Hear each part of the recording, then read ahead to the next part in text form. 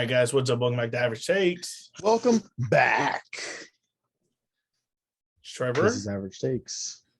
I say this damn near every podcast. How are you doing? Because you don't talk forever. I know the people came to listen to me, but I will make them wait. Alrighty then. I'll just move on then. Because you're up to something. Always up to something, dude. Up to something season. Oh, you said that last time. That's why I brought it up. All right, guys, we got you. It's rounding up in the end of May. There's been a lot of great baseball. I'm loving it. This is my favorite sport, so I absolutely love all the baseball being played and all the good baseball being played. So wrapping up towards the end of the month. So let's get in our power rankings, and then we could throw you a couple of maybe players of the month, see how you're feeling on that. No, yes. Players of the month. Yeah, we could predict our players of the month because we're wrapping up on May. It's May 25th as we're recording this. We could kind of guesstimate player of the month. There's only two players in my mind that can all get right, it. So hold on. Do we want to do power rankings or player of the month first?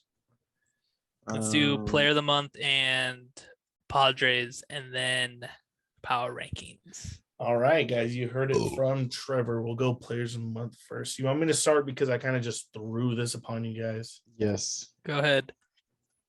All right, well, my AL player of the month is obvious to me at this point. I think he's MVP. Say his name, please. Say his name. Aaron Judge, period. Aaron Judge is batting in the month, the last 30 days, as of right now. Batting a 340 with 14 homers, 35 hits in 30 days, 35 hits in 26 games for Aaron Judge. And wow. Close to half of it homers. He has 29 RBIs in the last 30 days in 26 games. So this man is absolutely the player of the month.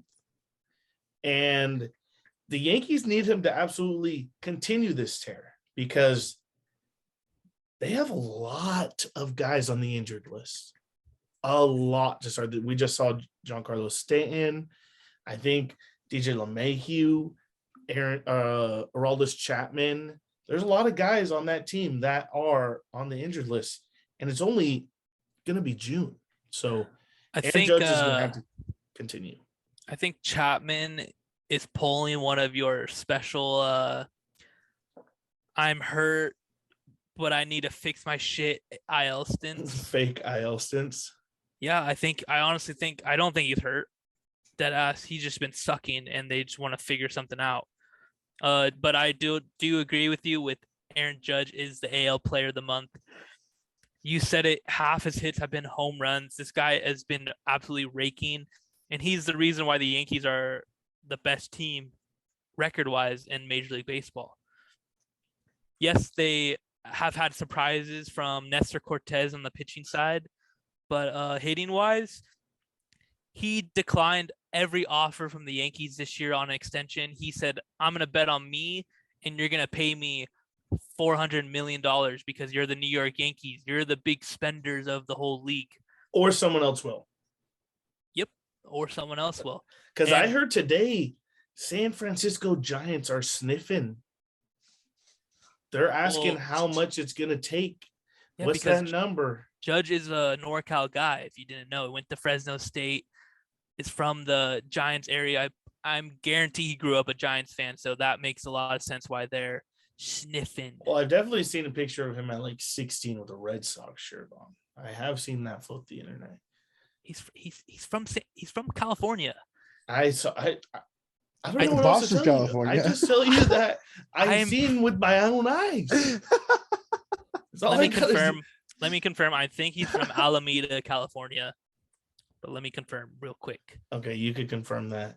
Roman, do you have an AL player of the month? I hate that because mine was also Aaron Judge. He just looks like a man amongst boys out there, and that was mine. You guys already hyped him up. I don't know where Linden, California is, but that's where Aaron Judge is from.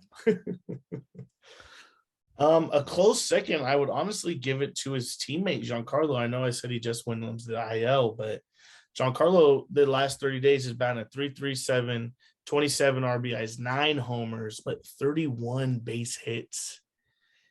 And Giancarlo isn't really a base hits guy. He's, it's like all power line drives, but a total of 31 hits. Only 2 of them are doubles. It's weird because leaving it up to Judge to spank the homers. Yeah, his swing is not like built for home runs, low key. Yes, he does hit a lot of home runs, but he swings like level. Like he just swings fucking level. He's obviously 6'7". And also he swings hard as shit. Yeah, he's a beast, so that's why he hits the balls fucking far as shit. But his swing is made for like base hits, line drives. Don't get me wrong, he does hit the fucking bombs, but Judge's swing, if you take a look at both of them, Judge has the launch angle, and obviously he's figured it out this year because he is crushing baseballs. Absolutely. All right. I started off with AL. Trevor, let's hear your NL player of the month. You really want me to say it? Well, if you don't say it, I'm gonna. There's only one player in my mind, and he is the San Diego Padres third baseman, El Capitan, El Ministro de Defenso, MVP of the league, Manny Machado. He's hitting 363 over the last 30 games. And if you're a Padre watcher like we are, he is our whole team at the moment. If he doesn't produce, you see what type of runs the Padres score. Yeah, they have a losing record when he doesn't get a hit in the game. In a game. Yeah, and then this past weekend against the Giants, he put on an absolute show. It was very entertaining to watch. And surprising for me, he has 7 stolen bases.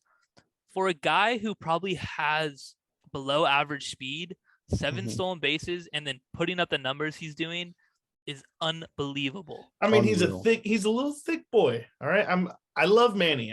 No hate in the world. I'm not calling him fat, but he's got big legs. He's a big dude. He's tall, broad shoulders. He hits bombs. And like you said, Trevor, Manny, with 39 hits in the last 30 games, this guy's crushing. He has 5 homers, but 7 doubles and a triple, 17 RBIs. You said 363. Mine stats are saying 375 in 27 games. I mean, holy cow. He's absolutely killing it. I have nothing else to say. His defense is also, by the way, if you don't watch Manny on any given night, he makes highlight plays every single night you're watching. Like there is a Manny Machado highlight in every game you tune into. Just the way he makes a play, a barehanded. Today, he made a spinning off the ground, leading a double play. And it was just like, where did that ball go? And how did it get in Manny Machado's glove? He just has so much sauce when he plays, makes it look so easy out there that he's definitely number 1 third baseman. And he has an absolute cannon. Sidearm cannon too. He comes from down here sometimes. He'll take his time and just launches that sucker. Yeah, he'll take his time, gather himself, and then bam. And people think like the arm angles, all the different arm angles he throws, like, oh wow, this guy's just so good. But he practices those throws every single day from wherever he's at on the field. Yeah. I saw there's a play that he's made in Baltimore when he like kicked the ball up to him, threw it like by the third base box. It's going re-viral on TikTok. I keep seeing it. Yeah, it's Orioles versus Yankees. He makes a play that the ball takes him out of bounds out of the third baseline, and he's falling away from the third base, away from first base, and still gets a guy out when he's like 7 feet away from the base. Like he makes an absolute like 120 foot or 120 feet yard. I don't know how the baseball diamond is. Feet. Is it feet? Yep. Okay. Just lasers across. Like absolutely. No, and what's even more impressive is every play looks so easy to this guy. Oh yeah. Every play, whether it's coming in on the run, one hop. Luckily, Eric Hosmer has been a pretty decent defensive first baseman for him. So when it ball's in the dirt, it's scooped, but Manny rarely throws a ball in the dirt. Everything is right at your chest, that's even more crazy in my opinion, that he is so good at just pinpoint accuracy. Manny Machado makes first baseman better. Plain out and simple. He makes the play easy. The ball is there.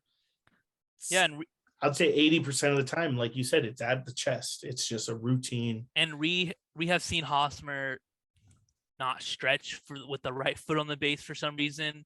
So Go behind the bag. Anything to make his job easier, we will obviously accept it. But Manny Machado is my NL Player of the Month. I mean, guy is on a tear. He is the front runner for NL MVP at the moment. Sorry to the fans that listen to us preseason. None of us had him winning an MVP. Sucks. We didn't want to be too biased, but we all saw this coming. Come on, we all saw this coming. I mean, if you go back and watch podcasts, there is footage of us saying if the Padres are good, it's because of Manny Machado is having an MVP year. And at any point in all, this is not a surprise. Like, we fully understood Manny Machado would be doing exactly what he's doing. He's the best player in the National League, like, so far this season. He is the best player. He's only one of 5 players to have 1,000 OPS. 4 of them are in the AL. It's Manny Machado, Bryce Harper. And Manny Machado's numbers blow Bryce Harper's out of the water. And the fact that he's doing this all in Petco Park, which is considered a pitcher's park. Even though we're in San Diego, we have this weird marine layer, which does knock the ball down here and there. It's just where we're located in San Diego, downtown by the bay. It just happens. Night games are a little bit harder to hit bombs. This man just he doesn't need to hit bombs. He's hitting doubles. He's in gappers. He's clutching up base hits. He's finding whatever way it's possible to get this shit done. And I love it. I get to see him every day. That's also one of the unsung things about him, is he's out there every day. Yeah, I mean, to start Manny Machado's career, he was obviously one of the best players right out the gate. But he had a lot of knee injuries. Like, this is something that people forget, because he's played in almost every game for like the past 5 years. So people forget that for a while, at the beginning of Manny's career, he had a knee problem. He had surgery, I think, twice on his knees. I mean, he had a real problem for the Orioles. And for Padre fans, it's beautiful to watch him play, because he's out there every night. Now with the DH, he's probably going to play in 160 games. I think that's why he makes it look so easy, because he doesn't miss games. He's playing day in, day out. He really does this. 2 knee surgeries, still in 7 bags. I mean, come on now. Guy's a stud. Yeah, Manny Machado is absolutely a stud. He's worth every penny the Padres have played. And He's underpaid. He's underpaid. I agree. I saw this video go out on TikTok, and it was talking about your team's best free agent signing. And I was like, man, the Padres going back. It's going to have to be Manny. To this point in the future, Manny Machado is going to be the best free agent signing this team's ever had. I know this team has a long history, and there's been a lot of players on this team. But Manny Machado, I think at the end of the day, he's going to go into the Hall of Fame, and it's going to be in the brown and yellow. Yeah, because of what he forecomes. Because right now he's the MVP of the league, and if he continues this with Tatis back and this team goes on to bigger and better things, it's over. It's going to be because of Manny Machado and his leadership and the way he plays baseball day in and day out. The game is too easy for this guy. There's not an at-bat where he does not look like he's absolutely ready at every point. Fact. Like, yeah, he might swing at the slider because you have a great pitch. Slider away, you have an awesome pitch. And he'll even give you the head nod. He'll give you the nod going, hey, respect, man. That pitch was dirty. You got me. But you're not going to beat him on too many pitches. Maybe 2 out of 10. But other than that, those 8 times, it's deep fly ball. And back. I love So, that guy. I love I Manny. did see a TikTok though. It pissed me off hard. This guy's all like, "Does this team have a current Hall of Famer now?" Padres pop up. He says no. At the moment, I do think Manny Machado is an MVP. Even if he retired today, I still, or not MVP, Hall of Famer.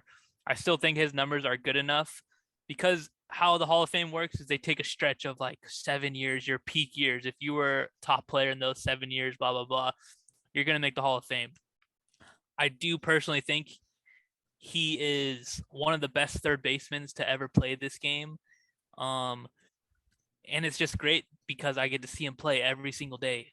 Every day that Padres have a game, he's playing. He's going to do something special. He surprises me all the time. When he steals a base, he'll crank a bomb like a nuke, like 440. Like he has that power too. Oh, yeah. And that's just when Tatis comes back, it's going to be scary for the rest of the league because, oh, you want to walk Machado? Now you got to face young stud. FTJ. That's a fire awesome. NL of the month. Mine is on the same team, but we kind of expected that out of Machado, and I feel like this player we kind of didn't expect it. We kind of hoped for it. Eric Hosmer is my NL player of the month. His last 30 games, he's had 34 hits, 4 home runs, 19 RBIs, batting a .301. I mean, guy's killing it. Not playing the best defense, but he's getting the job done.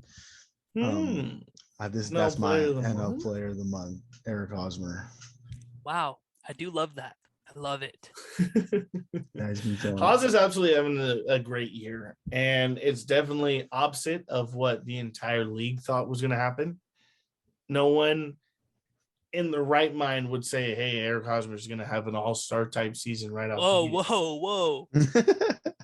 Nobody. Unless you listen to this podcast, then you will find out. Yeah, because we're not in the right mind. We're average. I'm the crazy motherfucker who projected that. Yes, you're the outlier in this one. Thank God. Love Haas. Continue the rake. Got off to a hot start, slowed down a little bit, but I mean his numbers average out to top tier first baseman. Oh yeah. You know, the swing change helped a lot. We talked about it on a past podcast. Swing, he dropped his hands a little bit. It's helping him get through the ball more. Base hits, not just ground balls, because of how loopy his swing is. If you're late, you're on top of it. You're early, it's pop up. Like, so it's not as loopy anymore. It's straight through the ball, and you love to see it. He's having a great year so far. And for all the Hosmer haters, he's going to be an all-star. Absolutely. Get it right. Absolutely. It's going to be an all-star. He might even be the starting first baseman for the NL at this point of the year. Well, you're gonna have the fucking all those haters. They're gonna vote fucking Paul Goldschmidt. True. I've been getting in beefs in these TikTok comments. I don't care anymore. I'm saying I'm putting out on the line Hosmer's best first baseman in the NL, and I get all these fucking Cardinals fans in my fucking mentions. Paul Goldschmidt. I don't care. No shot. I mean, Paul Goldschmidt, yeah, and then you could even throw CJ Cron in there. CJ Cron's having a great year as well. His numbers are inflated. Very inflated, but like you said, Aaron Judge 30 seconds ago, maybe 7 minutes ago at this one in the podcast, you said Aaron Judge doesn't matter. CJ Cron doesn't matter, not inflated. Doesn't matter his environment that he plays in. You're right. Yeah. I would love. I'm right. I would love to see Judge's numbers in Coors Field. Just letting you know. I would love to see that. I would love to, and I thought we were going to see something like that with Chris Bryant, but he's played in 2 games, 2 IL stints as well. So yeah, he's. We talked about this. I think we called that. I think we called it. He's taking a vacation. It's a great part of Colorado right now. It's a great time of the year. Absolutely. Guy is all about the money. He does not care about winning. And what does he do? IL stints. He doesn't care. He doesn't care. He's on the beach, sunglasses. 2 games, the beach. 2 IL stints. He's on the mountains. On the mountains, sunglasses on. Country road. He's at the top of whatever fucking mountains are in Denver. To the play, John Denver. Yeah, isn't that? No. Not connecting any dots there. No. Never mind. All right, let's get into some Padres talk because I wanted to talk. I mean, I was out of town Sunday, so we didn't really get to talk after the Padres swept the Giants. So we had a goal. There was 15 playoff teams in 21 days. Padres have done damn well. Absolutely. Since we Damn well. talked about that, I can't give you the exact date we brought that up. But we went on the road versus Atlanta. We took the series 2-1. Was on the road in Philly, took the series 2-1. Was on the road in San Fran, took the series 3-0. So that's 7-2 road trip.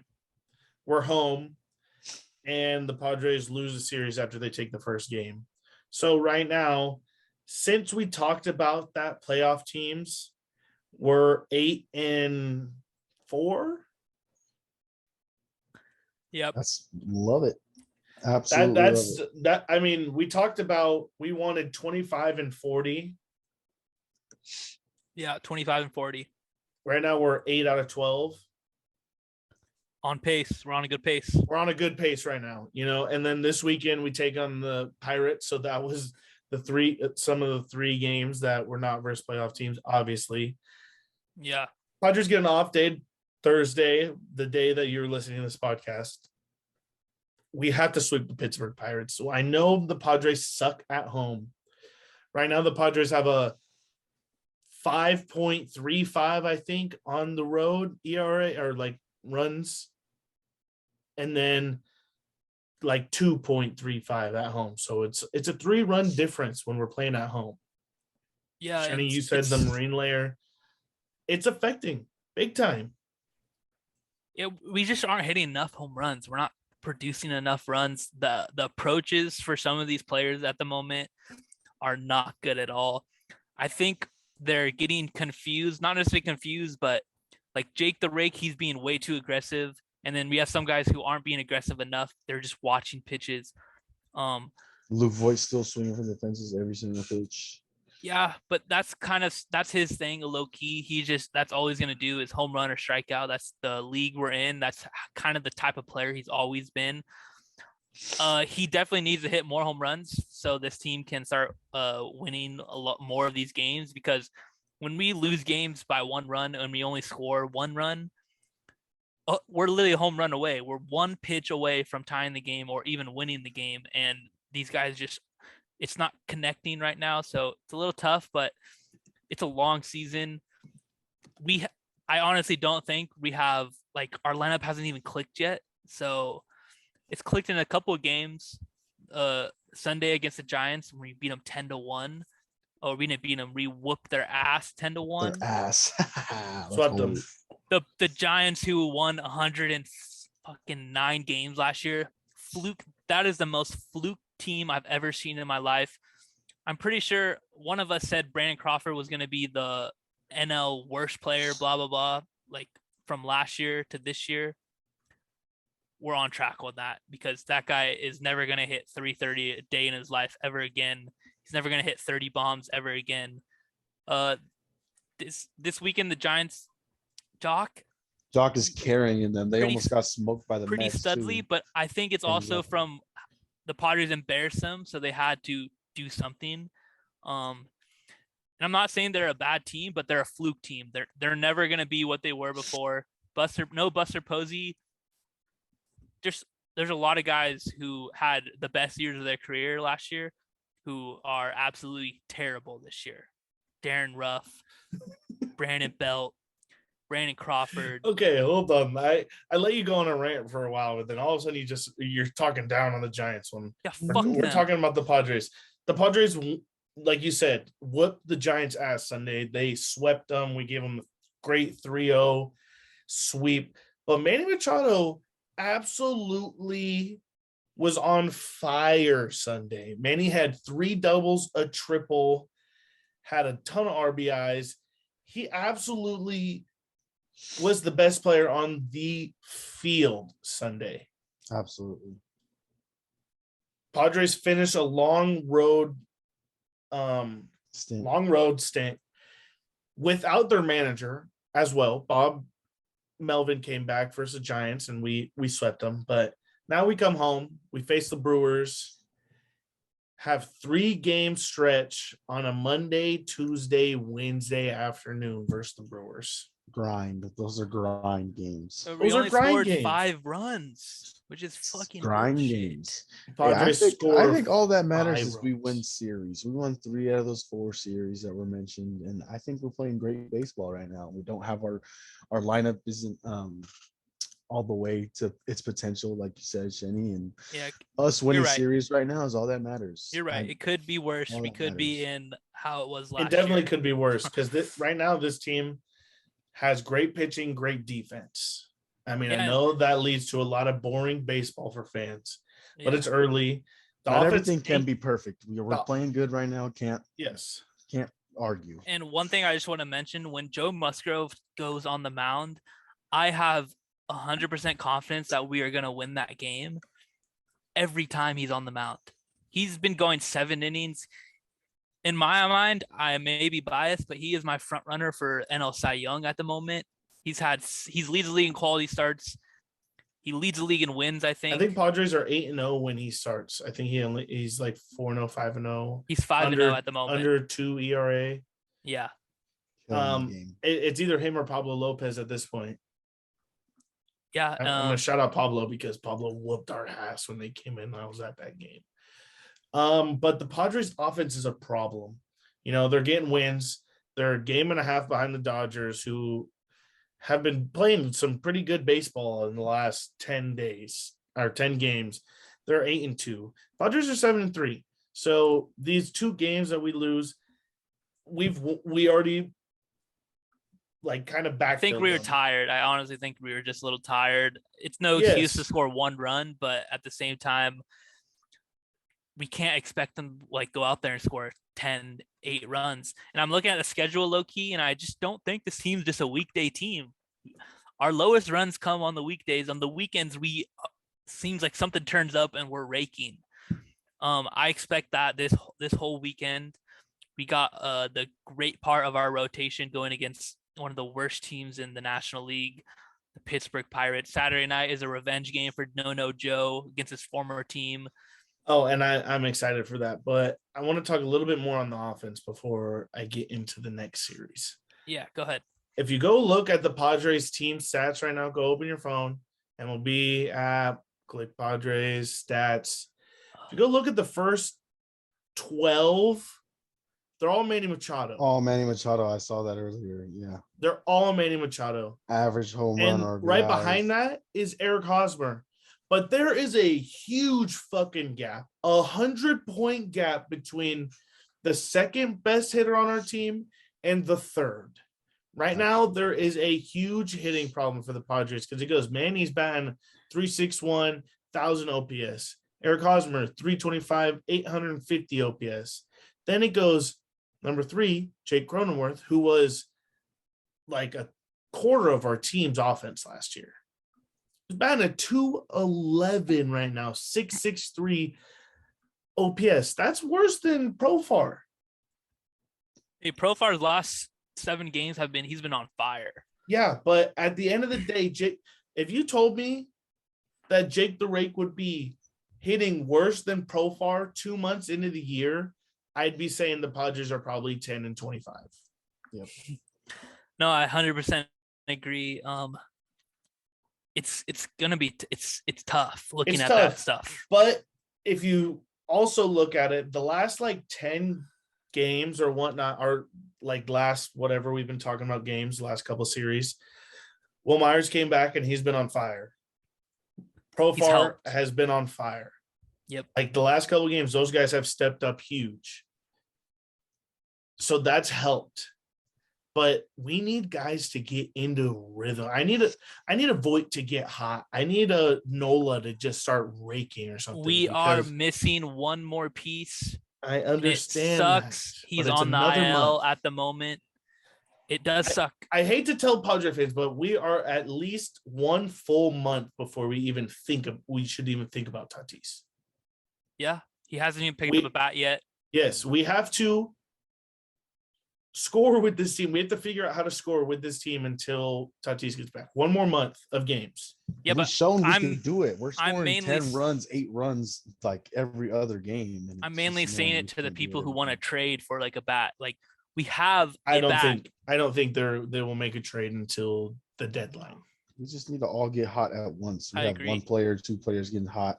The and next we month, need the whole 9 to get the hot. next month of games, we have Cardinals, Brewers again in Brewers this time, Mets, Rockies, Cubs, Rockies, Arizona, Philly, Arizona, and then July starts with Dodgers. So this month is another not necessarily tough month. It's a decent month that I think the Padres have to continue to dominate. Because we've had, it seems like a couple of easy months. Yeah, we're in the middle of a nice, difficult stretch, 15 and 21 that I've been talking about the last 2 podcasts. But you have a month. It's not that big of a deal. You have to continue to rake. And I mean, we got Beatty on his way back. I don't know what you want to do with that. Who? Matt Beatty. Where does he fit on this team? Cut him. He just did. He's in the middle of a rehab. Cut him. Cut him. There's no room for him. He's sucked every game he's given an opportunity. And then we are forgetting about Robinson Cano, who's been getting way more reps than I expected. Thank you for bringing this up because I agree with you. Robinson Cano has played in more games than I ever thought he would to start off. And he's actually played in more than half the games he's been as a Padre. And like, I'm just waiting for that sweet swing home run, those no doubters that he's hitting. There's no power behind his bat. He's hitting ground balls. It's weird. There is nothing there. Like, I understand what the Mets saw. They're eating 40 million. They're eating 40 million for a reason. Robinson Cano's bat is dead. I'm waiting for him to break that bat and then come back with a new one and then be like, oh, that makes sense. The bat fucking sucks. And it's crazy because we saw it last year, but Fernando Tatis does hold so much energy and so much of our offense. He just makes everybody around him better. So he's the reason Robinson was signed. I will put that blatant. No, he was. And before I kind of just start like dogging the offense and stuff, I want to see us at full potential. Like, I know it's going to take a while, at least one more month, but once we get there, we got it in us. And Fernando starts clicking. All I know is Robinson Cano has 3 hits in 23 at bats, and he's getting starts over Luke Voit. Has Luke Voit been any better? Luke Voigt's batting a 200 as a couple dingers.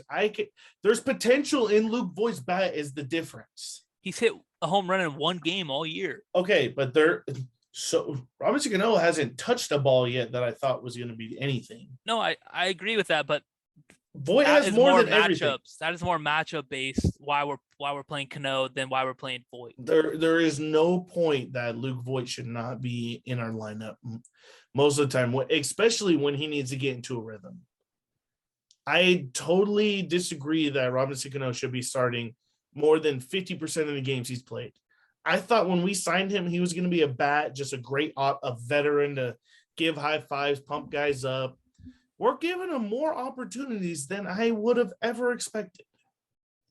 Yeah, but at the same time, he does bring a little bit of flexibility on the defensive wise where he's been making decent plays at second. I don't know about that. He's been making the average play.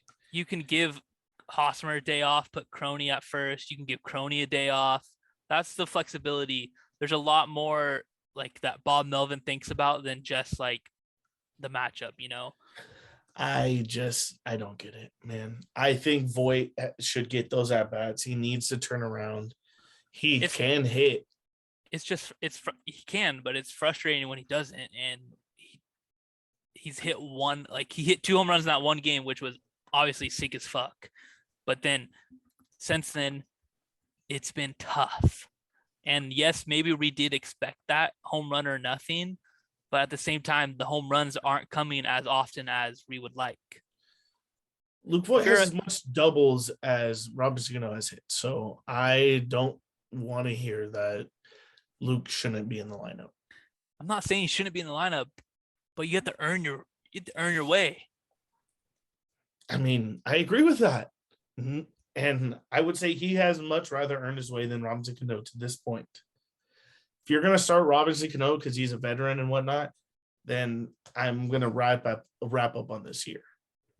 Because if Robinson Cano is going to start over 100 games for this team at some point, I will probably cry. I don't think he'll get to 100. How many games do you expect for Robinson Cano to be in? 80. Half the year, 80. Okay, 80 games is more than half the games, more than half that he'll be a Padre. We signed him when we were like 25 games in, so okay, 80 is then 73. So you're saying exactly like half. I think he's gonna start half. He's gonna get half the appearances. Then we're gonna continue to score 1 run because that guy has nothing behind his back. The Mets were right for cutting him. I mean, we signed him because Fernando Tatis and him are very close. We signed him for nothing though. It's a win-win. We don't lose anything over it. It's a lose-lose when we don't score and we don't get hits. And Robinson Cano comes up and goes 0 on the day with 4 ground outs. That is a lose-lose, Trevor. It's not just Robinson Cano. It's Austin Nola, Trent Grisham, Jay Cronenworth. There's a multiple guys who are okay, but sucking. There are better options, I'm trying to say, than throwing Robinson Cano out there every day. That's what I'm. That's the point I'm bringing up right now. I understand that, but I hate when Ozakar plays. I don't think Ozakar is an offensive threat at all. I think he's automatic out. It's probably been better than Grisham this year. He probably has, but he has less at bats, so his average is obviously going to be a little better. So the average games he's played, it's probably been better. Ozakar's batting 240. In 20 games? 30. 30. We have like Grisham's only played 42. 53. Yeah, because Grisham hasn't hit, so obviously they need to find offense somewhere else. Ozakar he's done his job. We're not expecting anything out of him, and he's obviously done more than what we are expecting. But at the same time, our studs aren't doing shit. Ozakar is batting 240. Grisham's batting a 157 at this exact moment. 157? Yes. Jesus Christ. Grisham has been awful. I mean, I understand why these guys are getting reps as an Ozakar. I don't understand the Robinson Cano. I don't know either. Not in the clubhouse. when we have Robinson Cano start at DH, like it doesn't make any. I'd rather a Luis Campuzano be our DH that day. Oh no shot. Or Jorge Alfaro or something like that. Maybe Jorge Alfaro. I do not want Camp anywhere near the MLB. You can't have one catcher in your. No, you can't have 2 catchers in your lineup. Yeah, no, like 0 on the bench is what I was trying to say. No, yeah, because that's what that would lead to. But whatchamacallit? Alfaro can play multiple positions. I know he's a catcher, and that's where we're gonna keep him. But he can play first. He had his moment. Played the outfield. Yeah, he had his moment on Mother's Day. Yeah, he could play left. The outfield. Well, wow. I'm sure if you can play the outfield, if you can play one position, you could pretty much play anywhere. Yeah. I don't want to see Alfaro in center. Oh, he's fast though. Low key. I don't want to see Alfaro. Low key has wheels.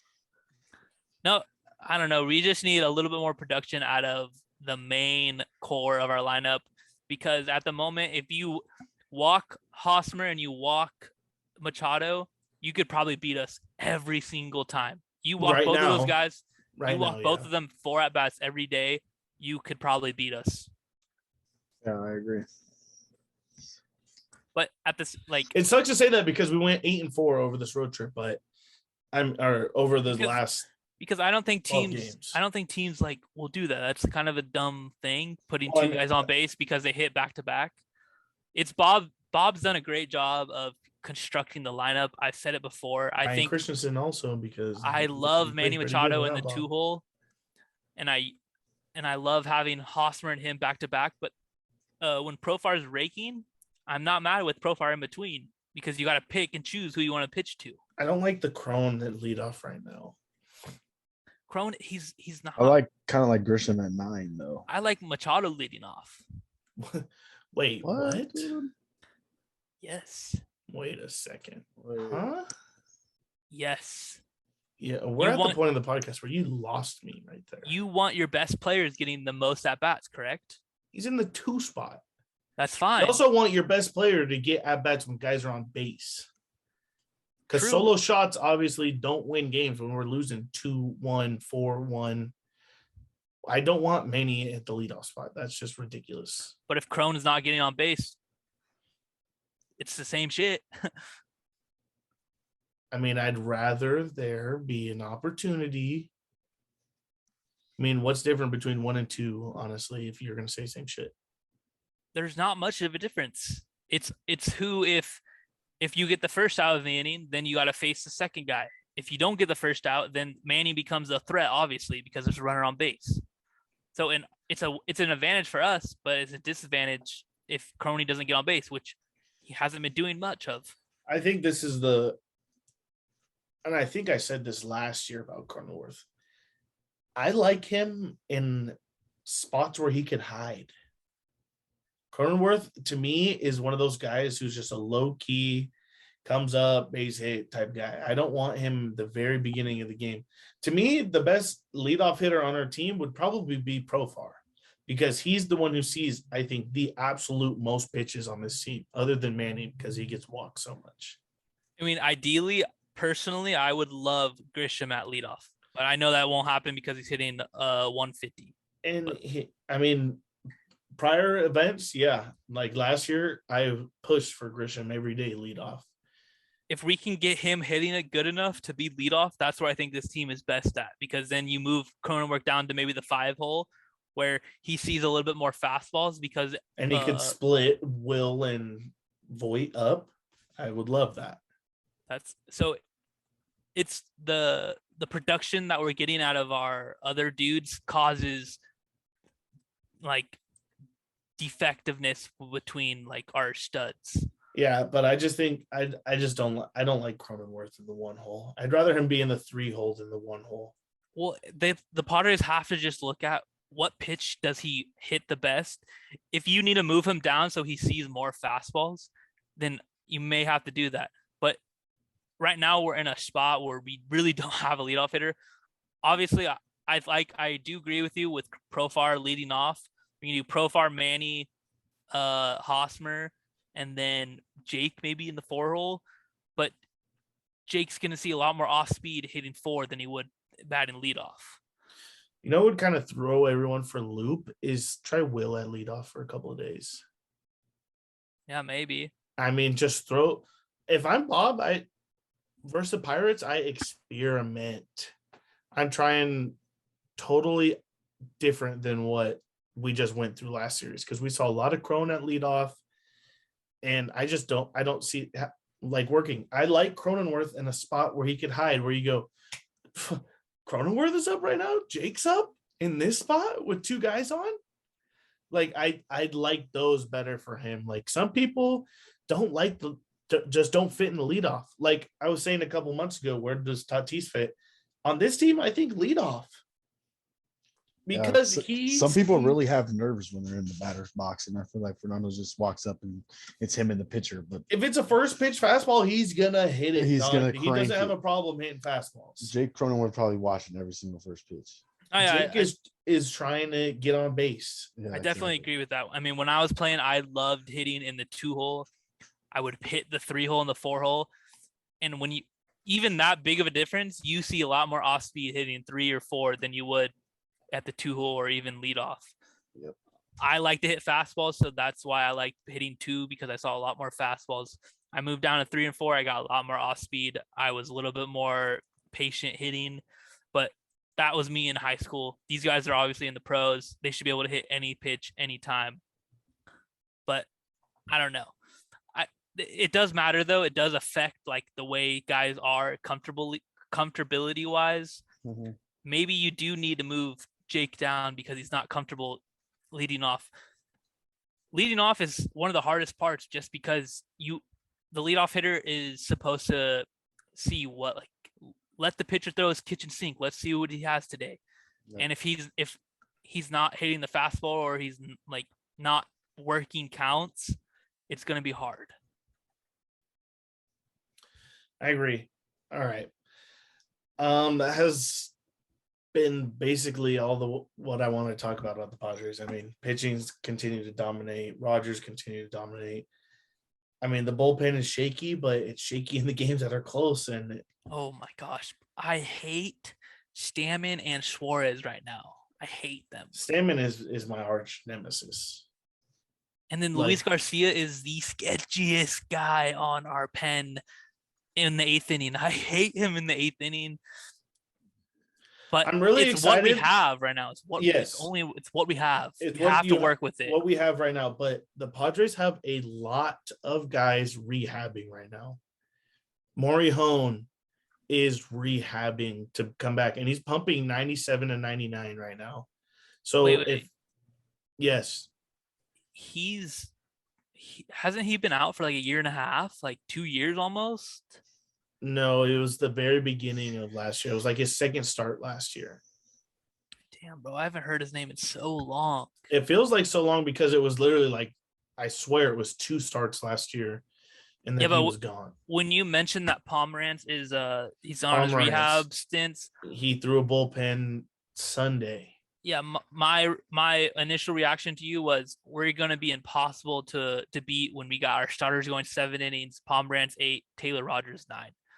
That's a great recipe for success. Especially when the piggyback works so well.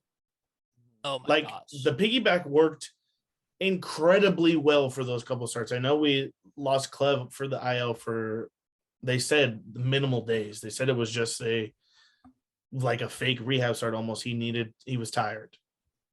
They said why put him on the 15? To get it's a couple starts. It's 3 starts off or whatnot. I mean, yeah, I can see it.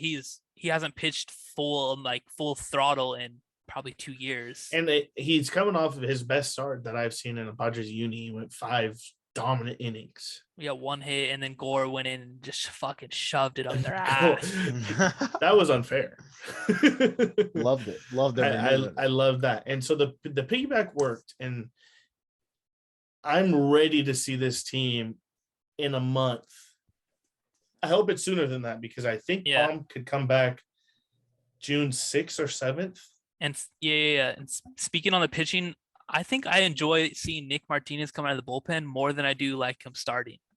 I agree. I think he's going to be what every team needs, and that is a dominant guy who could go 3 innings in a game, multiple innings. So if a pitcher goes 4.5, 5, like yesterday, I was at the Padres game for the Blake Snell start.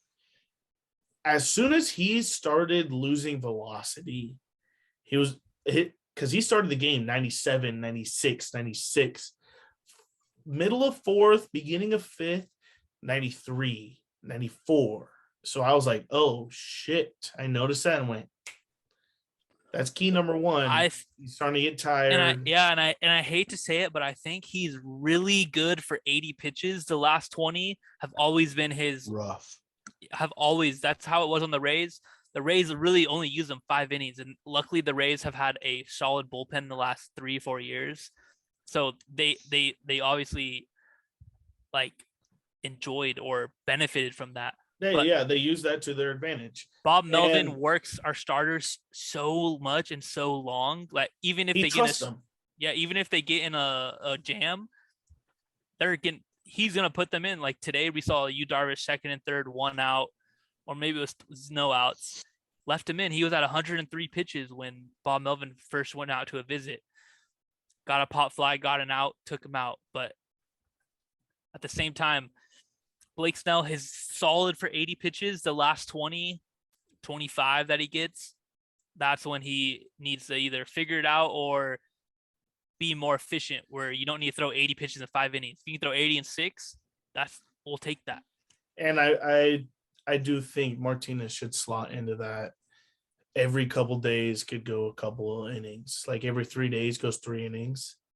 Yeah, and if we can keep Snell under 100 pitches, I think that's ideal for us because then we can go Martinez after him, and boom, Martinez goes 2 innings, and then you got Pomeranz for the 8th, and whatchamacallit, Taylor Rogers for the 9th. And speaking of that's the 15-day for Clev, I think that sets up to where you could pull him back and set it up to where it's perfect that Martinez goes for Clev and Snell, and you separate them in the starts, and then you just go, hey, you're going to be used a lot in these 3 inning shorts. So this is going to be your role. Let's see how it goes. Yeah, I think he needs to own that role on this team, just because if he wants to pitch, that's going to be what he has to do. Piggyback someone. If you can throw 3 innings every other day, maybe every other 2 days, that is fire. I would love that. And love it. And all year he's been in jams, getting out of jams. So he knows how to pitch with runners on base. I don't want to see him come in with a base loaded jam, stuff like that. No, it needs to be clean. That's what the other relievers are for, to get out of the jams. Yeah, he needs to start inning fresh. One last thing I wanted to touch on. I brought up Morejon, but you got more guys. I talk about Castillo a lot, lefty out of the pen. We haven't seen in a couple of years. He's been dominant in the minors. And then you had Michael Baez. He's been making a couple rehab starts in AAA as well. So we have a couple of guys who are ready to fill this pen. Some young studs who haven't pitched in a while who are ready to just carve. So, hey, sooner or later, we're going to be getting rid of the Stamens, the Tim Hills. Those guys are going to end up not being on this team, I don't think, for very much longer, because we have younger options who could do just the same. I think Stamen and Tim Hill earned their way on this team because of the spider tack. I mean, Stamen was at his best for 1 year, and it was the midst of a spider tack whole controversy. Tim Hill, same thing. 2020 was electric in situations. All of a sudden, Tim Hill was coming in pumping cheese, would throw his sidearm, and it would seem like it rised. It just looked electric. Those days are gone. Stamen and Hill are pumping mid to lower 90s fastball, 92, 93. I think Hill's even lower than that, 80. Stamen relies on the movement and stuff, and obviously the spider tack helps with the movement, so I can see where that comes in. Stamen's numbers low-key aren't that bad this year, but if you watch him pitch, it's scary every time, I swear. His home runs per 9 have to be top of the league. It seems like every hit he gives up are bombs. Maybe that's why I don't like him that much, but whatever. We have to deal with what we got right now. We're continuing to win games. I'm not going to down too much on it, but I have to get it out there that this is what's going on. I agree with you. And we're talking about Stamen. I mean, his numbers up front are halfway. They're not decent, that bad. Yeah, they're not that bad. But when you watch him pitch, there's something weird about him where you're like, fuck, he's going to blow the game. Or maybe it's because we've seen him blow 3 or 4 games this year. And then the other games that he does good in, we just don't talk about. Yeah, I agree. But the one relief pitcher who I want to just shine a light on for Padres is Nabil Crisbat. We weren't the biggest fans of him. We were like, who is this guy? He made the team last year out of nowhere. Out of nowhere, was just a spring training invited last year, made the team. And he always gets brought in to do dirty work. It's always the Padres are down by 6, down by 4, Nabil's in. Oh, pitcher's leaving the game early. Time for Nabil. Nabil has been awesome this year. 21.2 innings, so 22 innings, 1.25. Damn. Straight up Ches, dude. Fuzz. Yeah. Usually when he stepped on the mound last year, the year before, it's a little nerve-wracking. Don't really know what's coming. But this year I feel like my confidence has been a little up. And the Bill's in, all right, let's get it. I think his confidence is up too, because his pitches are a little bit harder this year, a little bit faster. Yeah. So I think he has settled into his role on this team. And obviously he's a favorite in the clubhouse because I see guys post him left and right. Papo had him on a story today because Tatis's glasses giveaway. And I just see him as a fan favorite, And I think it not was just the a start. fan favorite, but I think it was the start that he did for Snell was what boosted that confidence because he came in, wasn't really expecting to be a starter that day. Yeah, and when he killed it. I mean, he pitched pretty well. I And- think I remember when he's all like, they let me know 3 minutes before the game started. Yeah.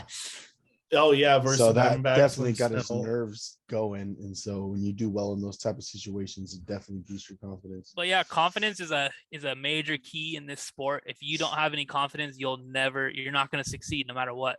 If you Absolutely. Never. have the confidence that you're going to be that dude, usually you're that dude. Gotta have a short-term memory and have confidence for sure. And I think that's why Manny is doing so well. Yep. He thinks he's the best player in the league, and he's playing like it. Absolutely. All right. That's enough on the pods. Let's get into our power rankings. All right. All right. Power rankings. This is basically for the month of May. I know we're doing this a little early. Stepping in this to a little early, but power rankings. Roman, do you want to start off on your 10th? Number 10, power rankings of May. I'm going to go St. Louis Cardinals. Paul Goldschmidt heating up, said his name earlier on the podcast. I mean, this team has a lot of hot and cold streaks. The hitters do well, pitchers do bad. Pitchers do well, hitters do bad. But I mean, altogether, this team is 20-17, right under the Milwaukee Brewers in first. They're at my number 10. Nice. I mean, Cardinals just missed my list. Cardinals are playing pretty good baseball. You got the freaking baby Twin Towers over there. I won't say Twin Towers like the Yankees, but Paul Goldschmidt and then Nolan Arenado have been on a tear so far this year. Yep. And Miles Mikolas has been great as well, one of their starting pitchers. So I know the Cardinals are good every year, and we seem to say this a lot. I mean, they got some old guys, Albert Pujols, Yachty, Wainwright. You got the old vets over there, but you also got the young faces. You got the Nolan Gormans. You got their young guys coming up and also contributing to this team. They're contributing. Holy shit. All right. Well, my number 10 team, because Cardinals just missed my list, it's gonna be the Blue Jays, man. The Blue Jays had a deep fall for my list from last time prior. Man, I like the Blue Jays a lot, but they just are not playing the way I thought they would, the dominant way that I thought.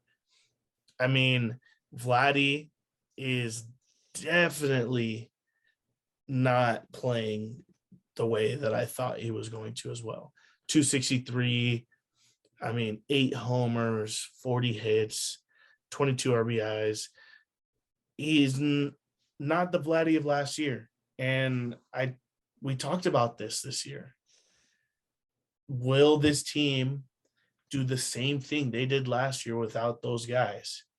And right now, I mean, they have one guy who's qualified over 300. He's not even qualified. He's batting 300. He's only played in 11 games. That's their backup catcher. Everyone else has been halfway decent this year. I mean, they're all mid twos, but it's just not the same as they were last year. And I want to say this. I mean, I'm making them my 10 team, even though they probably shouldn't be in the top 10. Probably not. I think that their coach is a good candidate after I gave him my manager of the year prediction. I think he's a good candidate to get fired at this point.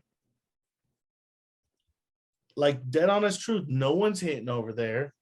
They're pitching, but it's not as well as everyone thought. I mean, it's better than I thought because I did not have Gosman going over there and absolutely shoving. Weird.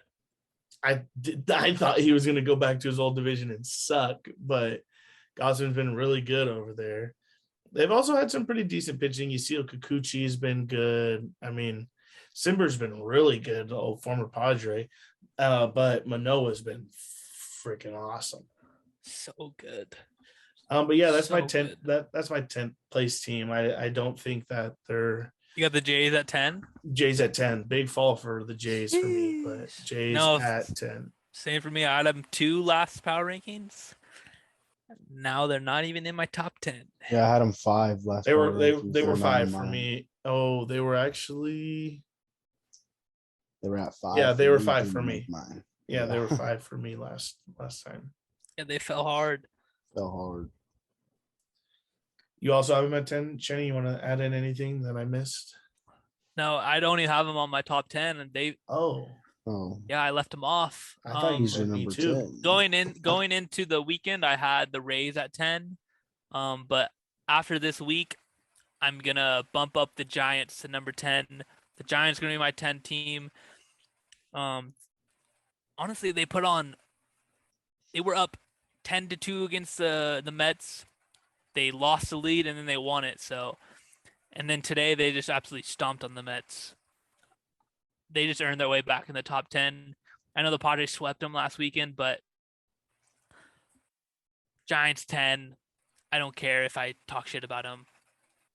I agree. 10 team. If we did this Monday, the Giants were off my list, but today the Giants are on my list at number 9, and they're replacing the Rays. Pissed. Giants are sitting at 9.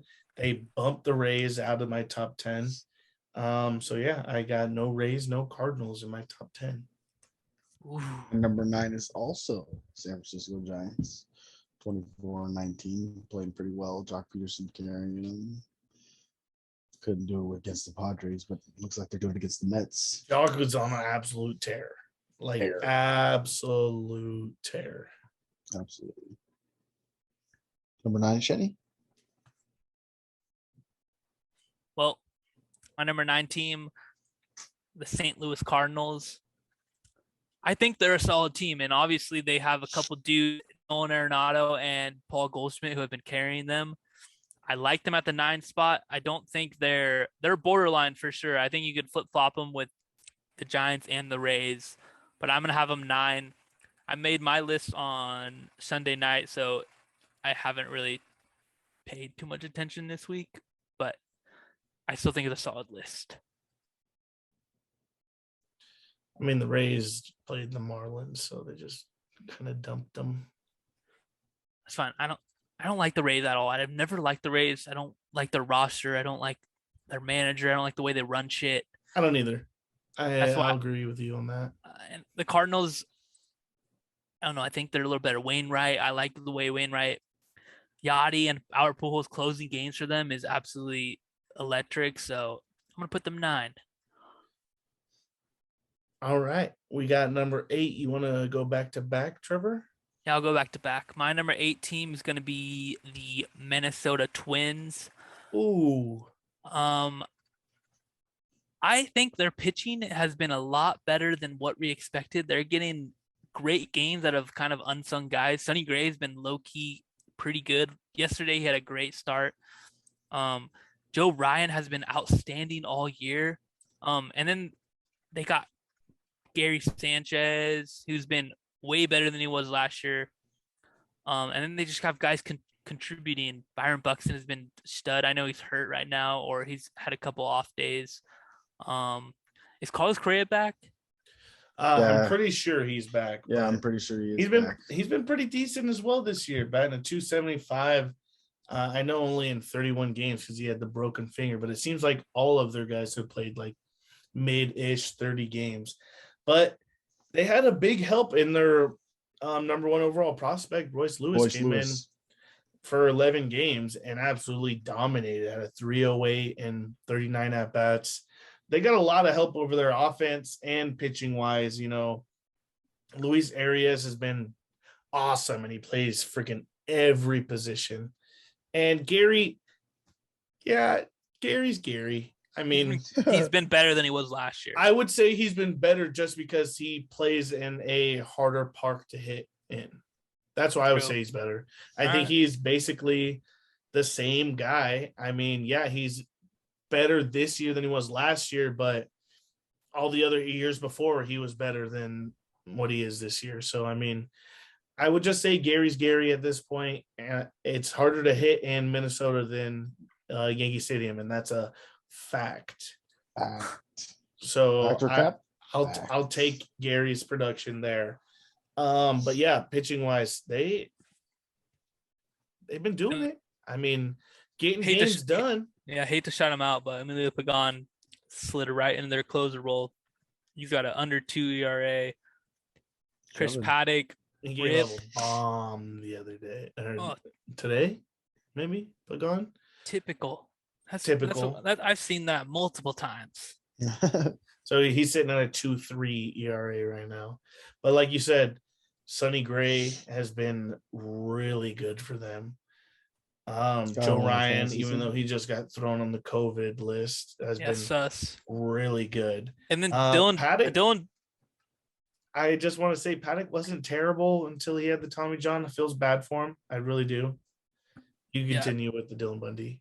Yeah, Dylan Bundy. I picked him in fantasy today. He got 15 points, so it's not too bad, but he hasn't been like outstanding this year. But the Twins have like kind of names, but like they're not like in their primes anymore. You know what I'm saying? Like Joe Ryan, I think Joe Ryan is. I think he's their ace. I think this Twins team, like you said, is built full of names. Gio Urshela, like names. Yeah. And we'll see if they could continue throughout the year with this. But hey, they're sitting in first. They're a couple games, 5 games in first place. In probably the worst division is baseball. I should have had him first. I fucking should have reversed last year's picks to this year. You shoulda. You're early in your picture. But yeah, White Sox being freaking bad, injured, all sorts, only sitting right around 500. Yuck. Yeah. A big disappointment. Don't know if they're gonna even sniff my top 10 for a while. Did I say that the Twins were also my number 8 team, Trevor? That's funny because they're also my number 8 team. Oh, what is going on here? We're pissed. Wow. We are pissed. We are all average. Way to go. What is going on here? Number 7. Who wants to start? You, because you got the least amount of words last. Oh, really? Yep. All right. Well, my number 8 is the Los Angeles Angels. 7. Or number 7. Sorry. Yeah. Los Angeles Angels. They're at a 27-18, 2 games behind Houston at a first. I mean, this team's been not really shoving. Noah Syndergaard and Reed Detmers having a rough start. Detmers, whatever the hell his name is. But Shohei Ohtani, I mean, legend. Guy's raking. Yeah, and that's weird because my 7 team is also the Angels, as well as mine. But I just want to give a quick. I can't confirm this, but I'm pretty sure every game that Ohtani and Trout homer in, the Angels haven't lost. So I would expect that at this point. That's pretty fucking hard to beat, if I'm going to be honest. I really, really, really, really want this Angels team to do good because 1, they're very close to me. 2, they have 2 of the top 5 best players in the sport, hands down. Michael Trout and Shohei Ohtani. They are dominating the sport. Absolutely. They're electric. I probably have seen every Ohtani and Mike Trout bomb because those highlights are posted around the globe. Yep. But there is more than just those 2 on this team. Taylor Ward has been a name that came out of nowhere. Left field. Mans is batting 370 right now in 30 games with 40 hits, 9 homers, 6 doubles. I mean, 23 walks, 26 strikeouts. So that bar is pretty even. And the OPS, Trevor, is 1,200 in those 30 games that he's played this year. He hit the wall, so he's missed like the last 5. But want to know what's awesome about Taylor Ward, Trevor? What? Is that he was not a name before this season. And everyone who's listening to this podcast probably wish they would have or either did pick him up in free agency. Well, because this is a guy whose name was not there to start the year. I got people on Twitter, clowns. They're clowns, but they're trying to claim that Taylor Ward's better than Manny Machado. So let me just put that out there. No shot. No shot. Big casual fans, all they care about is OPS. I mean, this guy's played in only not even 600 at-bats in the major leagues. So there's not a shot where I would say this kid is better than Manny Machado.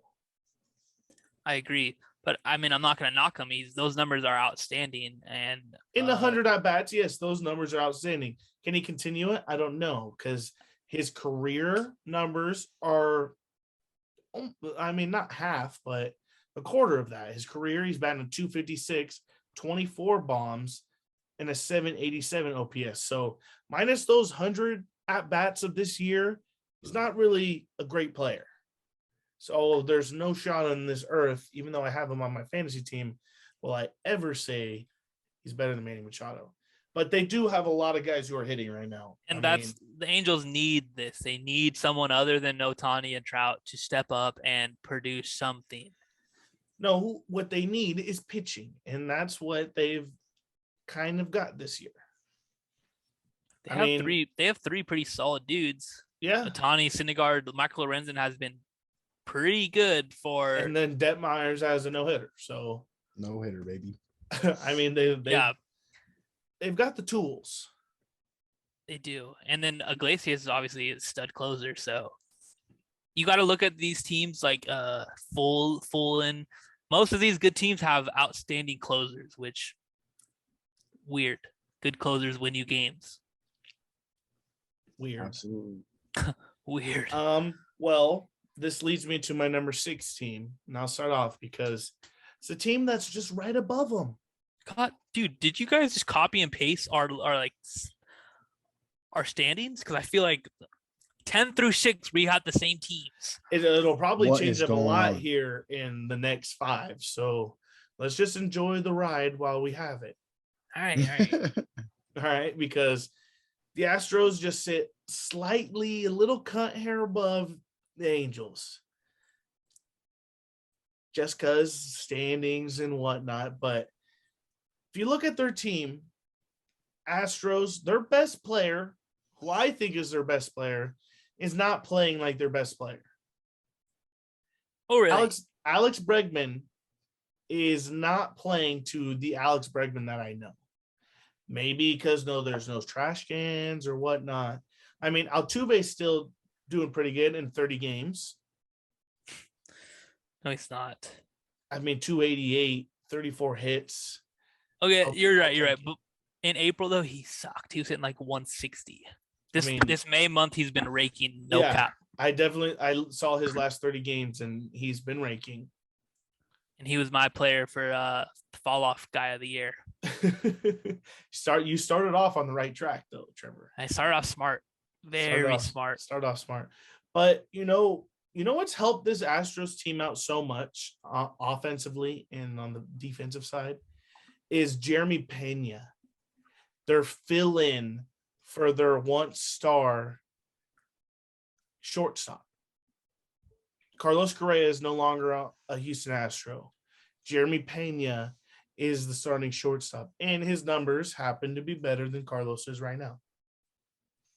Hey, he's been a surprise for sure. Batting 293, 39 base hits, 7 bombs in 38 games. I mean, I will take that. If you're going to try to fill Carlos Correa's shoes, his cleats at shortstop, I'll take those numbers in the first 40 games of the year. And we can't mention the Astros without bringing up Justin Verlander. Thank you. I didn't want to be the guy, but really, you did want to be the guy. I didn't. This guy came back from the grave. 39 years old, Tommy John. This is like the third time he's reinvented himself. He's a grave digger right now. If you're at this point of the podcast, you're going to think we're copying and pasting last podcast to this podcast because we talked about Verlander then. I got to talk about him again. 51.2 innings is a 1.22 ERA.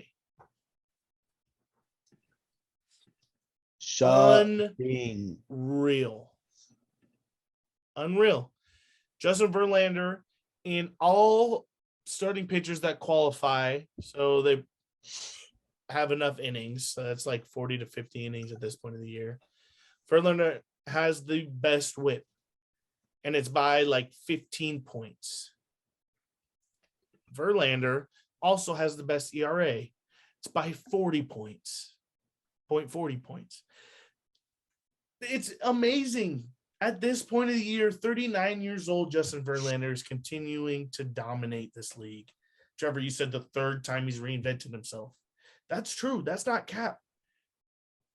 This guy was a different pitcher on Detroit, a different pitcher on the Astros after everyone said he was dead. Now, coming back from Tommy John, he's a different pitcher. Sucks. And the Astros are in first place because of him. Period. Scary. And they've also got great input from Framber Valdez. Christian Javier hasn't been too bad. I have them 6 just because they're winning their division right now. I love this little rivalry between Astros Angels. I think it's good for that division. I want that to carry out through the year because Astros have dominated that division, hands down, for sure. Like the Rangers and the A's, no shot they're gonna compete this year. It's really a two team race. The Mariners low key sucking. Yeah, it's a disappointment because I like the Mariners. I like their team. It's full of former Padres. How can you not like it as a Padres fan? Because we have so many of our former guys in that lineup every day. But the Padres farm has low-key produced 3 major league teams at the moment. The Brewers, the Mariners, and then the Padres. They all have at least 5 or more former Padres on their teams. And there's probably a former Padre on every single team in the majors. Absolutely tearing shit up right now, too. You go look at Strong's numbers, who wasn't on the Red Sox last year. Strong is dominating this year for the Red Sox. It's so weird. I always wondered why that happens. It always feels like we're cursed sometimes. Like guys leave and then they just boom. Where was this the last fucking 3-4 years when you were on our team? But then we also see guys who were good and we let them walk and they still were good. i.e. Craig Kimbrell, Brad Hand, those guys. Fred Mill. Those guys were good. Fred Mill, I mean, he's really not doing good this year, but no, those guys continue to do good. Yeah, the Indians though, or the Guardians.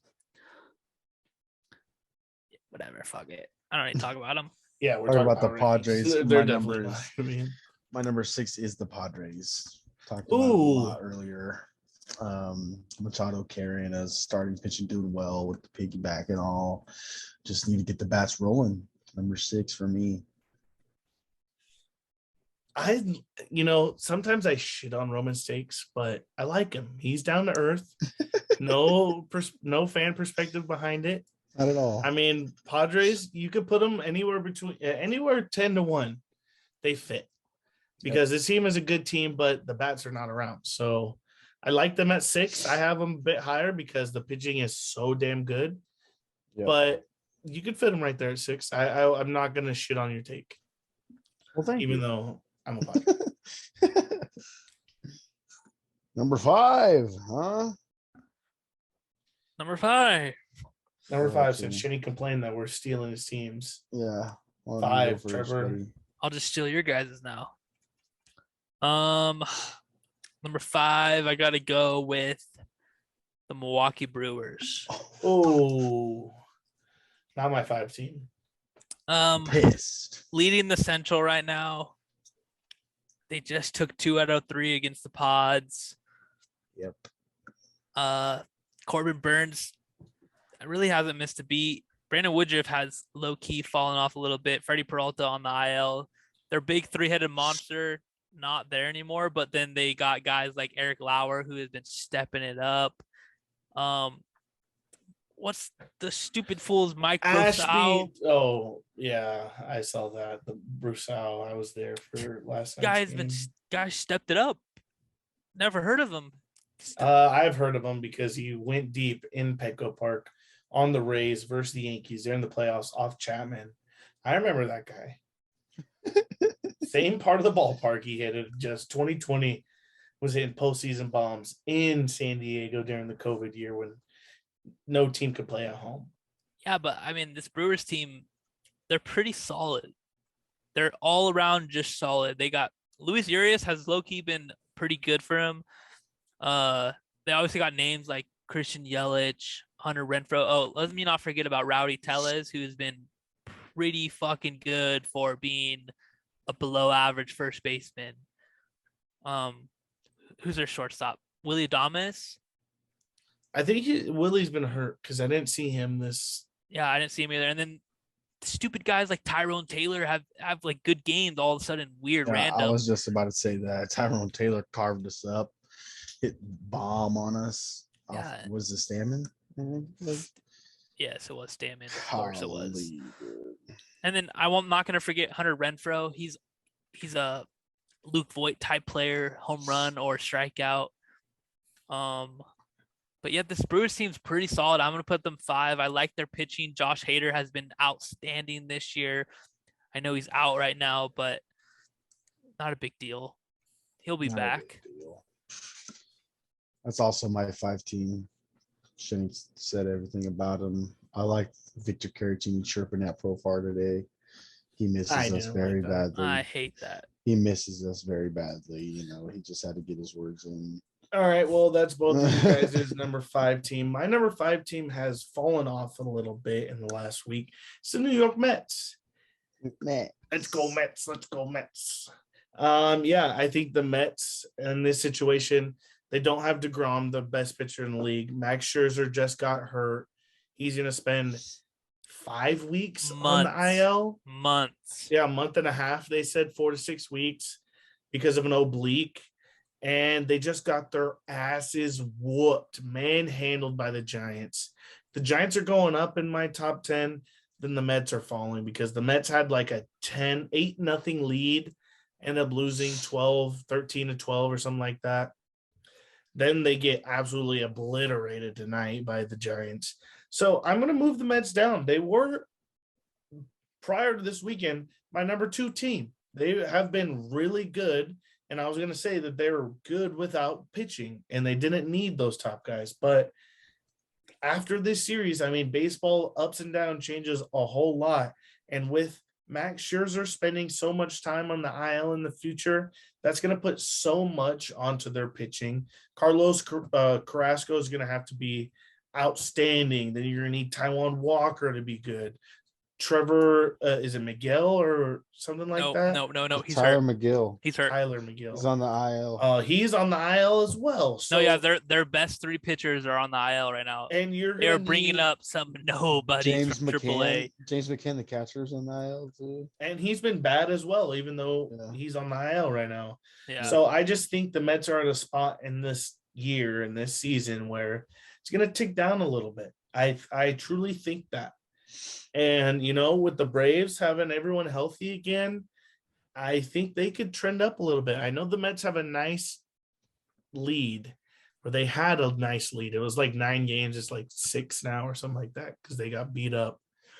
But they're going to be my number 5 team now. I just think that they're going to need too much in this stretch to continue to be good. It's hard to be good without your 3 best pitchers. Padres saw that a lot last year. We had so many IL stints for pitchers. Darvish, and then Blake Snell, and Clev wasn't even pitching last year. And, you know, no Gore either. No Gore didn't even see the majors last year. So the Padres I just see the Padres and the Mets so much. They're such a similar team to me, the histories and everything. I just think that I see this team. I don't have to watch the Mets every day to be like, I get you. I understand. And Starlin Marte low-key been a disappointing sign offensive wise. Defensive wise, I'm sure he's fine, but he's not producing as he should, as he was on even the Diamondbacks, when he's the best player on the fucking team. Pete Alonso, though, on Monday, I had the Mets at 2. Today, I got the Mets at 4. So I have them a little bit higher than you, but I think that's just because of what they have done in the past. Yes, getting destroyed by the Giants is obviously not good. But they have some bright spots. Francisco Lindor, way better than last year already. And he's not the same Francisco Lindor. If you're going to talk about bright spots, it's Squirrel, Jeff McNeil for them, because he's playing left field almost every day. He's a second baseman. He's playing the outfield, covering holes for this team, and is absolutely outstanding. I see Cronenworth in this type guy. Like, for us Padre fans, I know this is a Padre podcast, heavily Padres, but it's the same player. This is why I think Cronenworth can move the outfield, because of Jeff is so successful out there. But he's batted at 321, so they need to see him on the field no matter where it is, So, Marte, I can't hate on him. He's batting at 270. I mean, you never were going to get a fucking all-star every year. I mean, Starling Marte is on the downfall of his age and his career. You just see trends. At some point, he's not going to be the same guy as he once was. Yeah. But I'm not going to shit on him. Another bright spot I will mention, Brandon Nimmo has been absolutely crushing the ball for the Mets. You're going to say Nimmo, I'm going to say Canna, because they got the same average.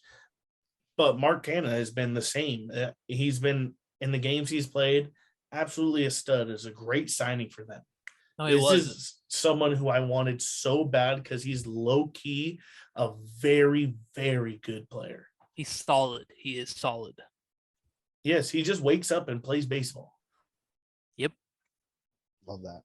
And I love those players.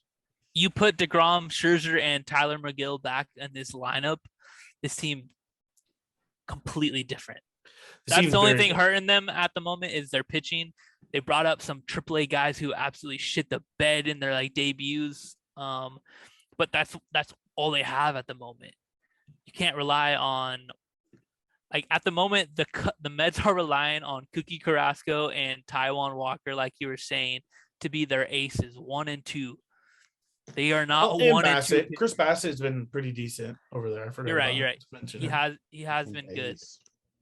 But you add the 2 best fucking pitchers in the league to that rotation, and they're elite. Yeah, as soon as they get those guys back, they have a pitching problem. They have too much. Yeah, and I want them to win a division, because I think you see Scherzer or DeGrom in a wild card game. Good fucking luck. Good luck for you, buddy. Yeah, I do not want to see them at any point in a wild card game. In a winner take all. Well, I know the playoffs are expanded this year, so it's no longer the one and done format. Really? Yeah, pretty sure. We spent There's all no offseason. wild card game? There's a wild card game, but it's like 2020. It's a 3-game series. Yeah, I knew that. We expanded playoffs. Remember, this whole offseason was about rules and regulations and chill. I knew that. Okay. Edwin Diaz has been pretty good for them too this year. That's also my number 4 team, New York Mets. I agree with both your takes. They're at where they're at because what they've done, but we forgot one name that I will mention. Spiral. Because he had a walk-off grand slam the other day. Pete Alonso. You mentioned him. You talked about him a little bit. Oh, my bad. You just mentioned the name, but he's been pretty. He's pretty good. I'm a fan of Pete. He's not NL Rookie of the Year good. He's not the same as he ever once was. No, But 275, 11 bombs, 7 doubles, 49 Oh hits. wow, I could use that in San Diego. I could use that. I could use that. All right. Well, we kind of just swapped our 5 and 4 because my 4 is the Brewers. Before, like we said, this series, I had the Brewers 5, just like you guys. But Brewers came in and kind of just beat up on the Padres. It felt like a sweep because I don't want to say beat up. I mean, you hold us to 1 run in back-to-back games. I'm going to say that's beat up. Your pitching stomped us out. They 2 runs in 2 games, 5 runs in a series. I'm upset, Trevor. I am allowed to be upset. The Brewers pitching obviously is very good. Their bullpen is good, and Darren Williams is good. I mean, they got a good 1-2 punch in the back of their bullpen, and Darren can come in and close games when they need him. I mean, they only scored 8 runs. Their pitching took care of the rest. I agree, but I wouldn't consider that beat up. 8 runs in 3 games. I'll take that. It's more than 5. Yeah, and they took more dubs. But this team's good, like we were saying, once they get all their pitching back.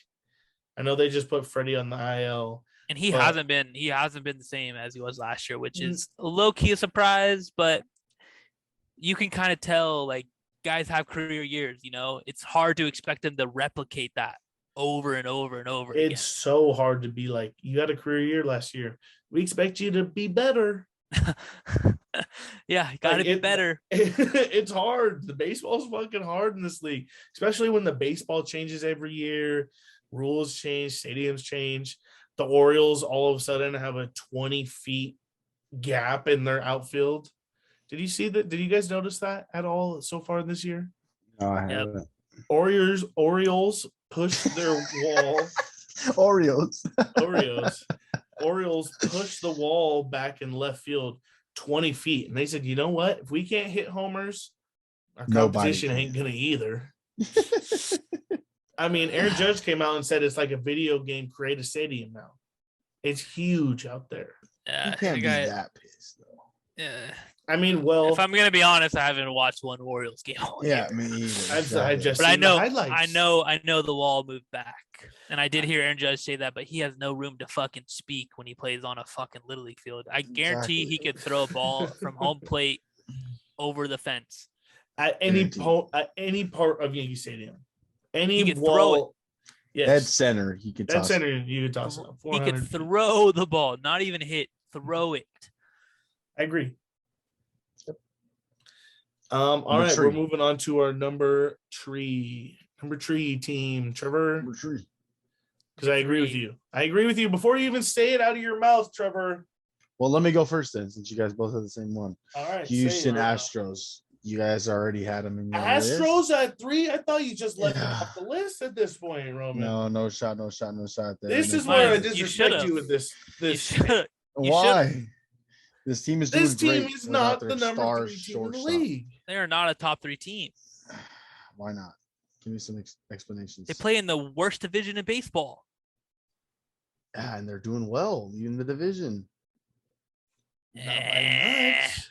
Justin Verlander shoving. Jose Altuve batting How big do you think that? How big is the gap between the Angels and the Astros in your mind? 7-3? Yes. I'm afraid there's going to be a huge fall off the next time we have a power rankings. Possibly. I am Roman. I am dumbfounded right now. I didn't critique you on your Padres take. I'm critiquing you now. Keep the critiques to yourself, right? I mean, yeah, they have a lot of wins, but it's only 2 games. You have 5 spots in between 2 games. Yeah, and there's a lot of teams falling between them. What do you want me to say? A lot of teams. All right, go ahead. Go ahead. I want to hear why. I think we can agree on our number 1 team. That's. Yeah, I love that. I think all of us agree on the number 1 team. So when we get there, I think we can agree. I hope we agree on the number 1.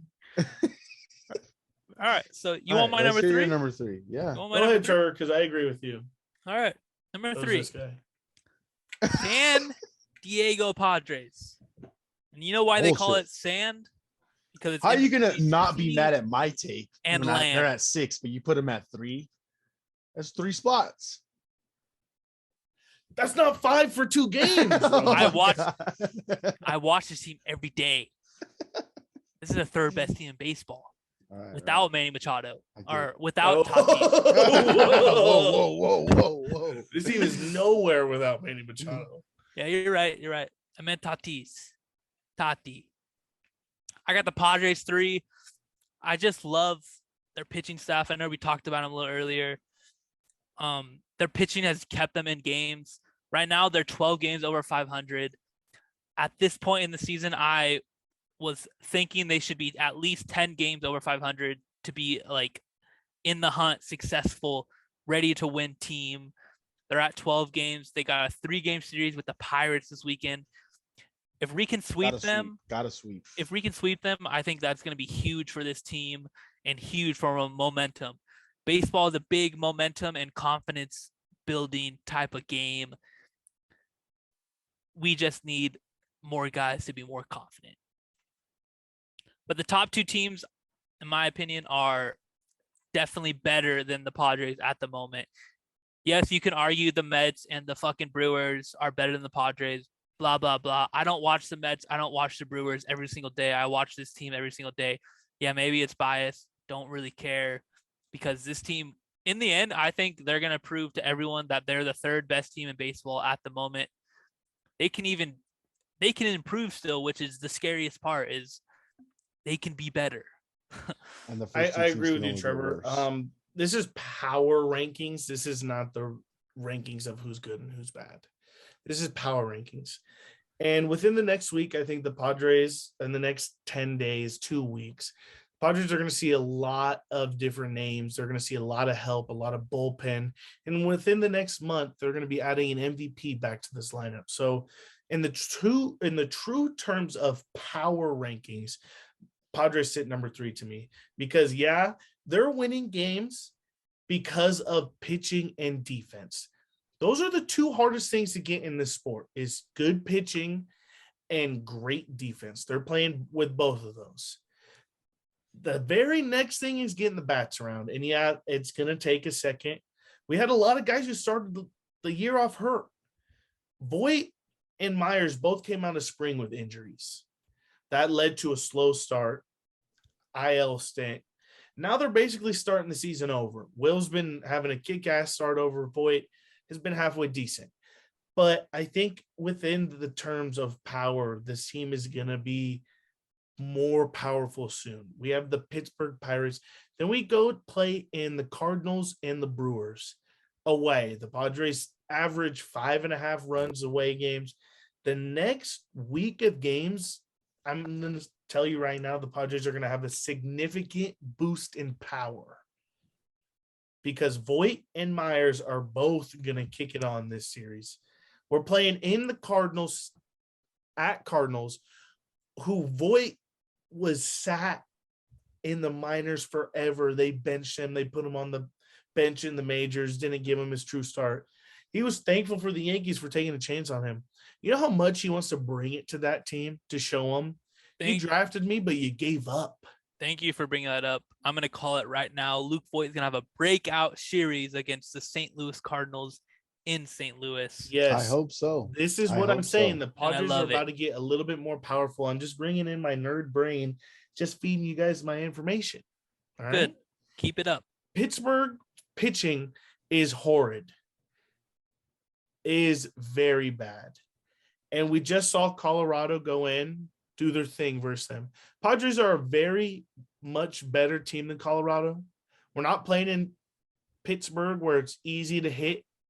Playing in San Diego, we're going to have to do one more tight series where pitching is just awesome. Because if you watch this series this weekend versus Pittsburgh, you're going to hear names you've never heard of before. Players you've never seen before. But it's going to still be a competition because Padres just can't score runs right now. But in the next week, 10 games, I think we see a significant boost in the numbers because we see such a bad team in Pittsburgh. And then we go on to hitters fields in St. Louis and Milwaukee. Brewers Park is just known to be a freaking dinger dome. Good. And this weekend we got Manaea, Musgrove, Mackenzie Gore. Versus That's 3 wins. The best minor league team in the majors. That's 3 wins. Calling it now. Sweep.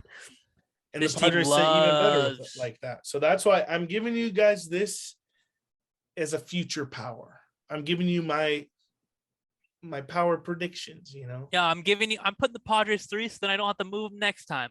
That's exactly what I'm doing. I mean, All right, the Padres were on my 4 last time. The only reason they moved up is because of how bad the Mets were this series versus a team the Padres beat up.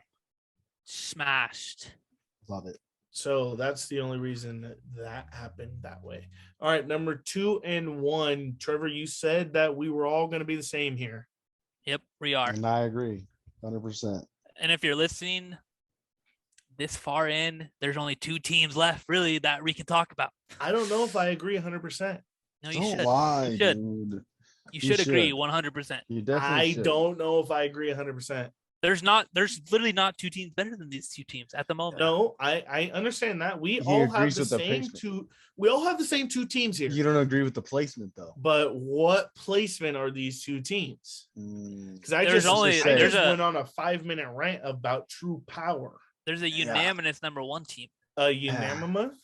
Unanimous. And Unanimous let's just number say 1 my team. number 1 did not change. Oh, your number 1 didn't change. Yeah, and I'm pretty sure if I remember correctly, my number 1 was not like your guys' number 1. You're right. All right. Yeah. Since My you're number 1 talking did about change. your number 1 so much, Roman. Let's hear your number 2. Los Doyers. Los Doyers, number 2 best team on the map. I mean, this team is playing well. Mookie Betts is on a heater. Mookie Butts. Mookie Butts is on a heater.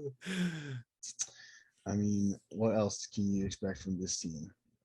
Freddie Freeman. It's a little slow out the gate, but that's all right. I wish Trevor Bauer was back. Whoa, dude. What? Chill on that. Pissed. Why? Roman, you're going God Dodgers damn, for bro. your number 2. Yes, sir. Wait. Mookie has 7 home runs the last 12 games, correct? Correct. He leads his team with 12 bombs. Correct. The next closest is Cody Bellinger with 5. Correct. Holy fuck. Stud. I mean, And he's on a Edwin Rios heater. has 5 bombs too? What Edwin Rios has been on a tear if you haven't been watching. If you're I not, haven't Yeah. watched one game. I mean, I low-key thought you were a Dodger fan, so that's surprising. But Yeah, a little weird. Dude, you're weird. it's a little weird because I'm going to sound like the Dodger fan. The Dodgers are not my number 2. They're Oh my not. God, that's ridiculous. are. That is This literally why ridiculous. I am saying I do not agree. Yes, they're your number 1. I knew. Now it. I know. knew it. Now I know you're messed up. Yeah. I just went on a whole 5 to 10 minute rant about the Padres' true power rankings. I'm getting ahead of my words at this point. There's nothing more powerful than Aaron Judge's bat right now. Yeah, I don't. Well, I don't there's think nothing they could more- beat them. There's No nothing shot. more opposite of powerful than the injured list right now. And the Yankees got over 10 players on their major league team on the IL right now, including Twin Tower number 2, Giancarlo Stanton, who's been absolutely phenomenal. So I, as a true power ranking enthusiast, I'm going Yankees at number 2 because Jesus. I think the That's Dodgers' tough. overall roster is better, and I think they're going to continue to be better. I just think the Dodgers, I mean, on paper, they're probably not the best team in the league, pitching-wise and health-wise. They don't have Kershaw right now. Their best pitcher has been Tyler Anderson over the last 10 games. But I just think the Dodgers' true power rankings are better. Walker Buehler, Kershaw's back here soon. You got a lineup that just absolutely tears. And you just got a Yankees team that is hurt, man. Can't I mean, agree with yeah, that. Aaron Judge Yankees might team be that the is MVP. hurt. First to 30 wins. Yep. They have 31 wins, and they have all those guys on the IL. They might not be the most Just powerful recently, right though. now. This is all recent. This is the last 2 days that all these guys have just went on the injured list. You're right. So I'm talking gonna true say power rankings. I'm gonna say it though. If the Dodgers and the Yankees were to play in a 7-game series at the moment, Yankees. I have the Yankees. I mean, maybe you got them. You know, I don't. I think the Dodgers Yankees. are just luck of the draw, man. 8-2 over the last 10. Yankees 6-4 over the last 10. I know they're 31-13. The Dodgers are also in the cake of their schedule at the moment. They played and the that's Nationals exactly and why I'm just saying they're so powerful at the moment and gonna continue to be. I'm trying to predict the future right now, and it just seems like it's a Dodgers sunrise. Because if you think about it, they got Arizona, Pittsburgh, Mets, who we talked about has no pitching, White Sox who are 500, and then San Fran, and then you have 2 games versus the Angels, Cleveland, Cincy, Braves, Colorado. June is a cake month for the damn Dodgers. I hate to say it. Who made the fucking schedules? The schedules are heavy to be Dodgers Padres at the end of the year. Heavy second half. Dodgers Padres don't have are hard play, schedule. it feels either, like though. every other week.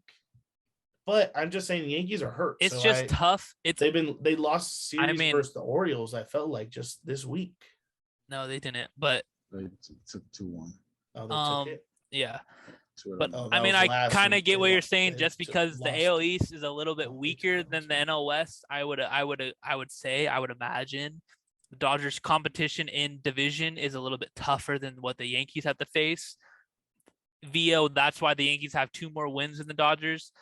I kind of see where you're coming from, but I still believe that the Dodgers are the number 2 team in the MLB at the moment, and the Yankees are number 1, just because they are still finding ways to win. I know they played the fucking Orioles, but Orioles twice at 2 series in the last 2 weeks. I forgot his name. Fuck. Someone just took Garrett Cole deep to like win the game. 3-run shot or something like that. No, he's on the Yankees. Oh, that was the Yankees guy who had the walk. Yeah, he was on the Orioles though. No, a couple of years ago. And I don't think the Yankees' schedule is cake coming up. They have Tampa Bay to start this weekend. Then they have the Angels, who they can't ever beat.